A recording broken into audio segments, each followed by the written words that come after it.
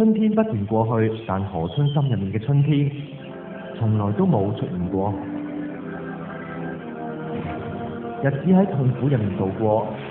20年之後，何春29歲啦，仍然喺張家做家奴，依然不停被虐打，眼淚流乾啦，一切都習慣咗，甚至對外面嘅世界亦都忘記咗。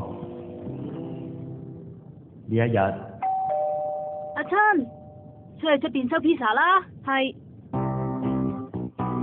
Hello pizza。何春照舊冇應佢，因為言語不通，佢亦都費事回應。唔好意思啊。匆忙反應之下，何春隨口講出中文：你係台灣人？哦，係啊。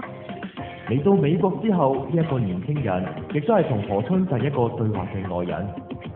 我都係台灣人嚟㗎，過嚟呢一邊讀書，平時就送 pizza 兼職嘅。霎時，何春泛起一份他鄉遇故知嘅感觸。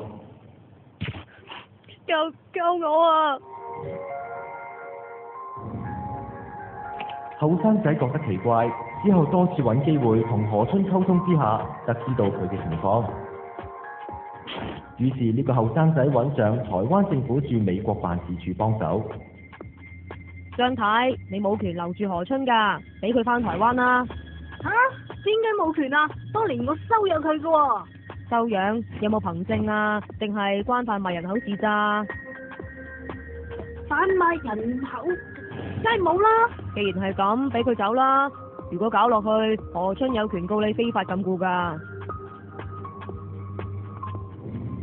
終於喺官員核實公民身份嘅安排之下，何春可以返台灣啦。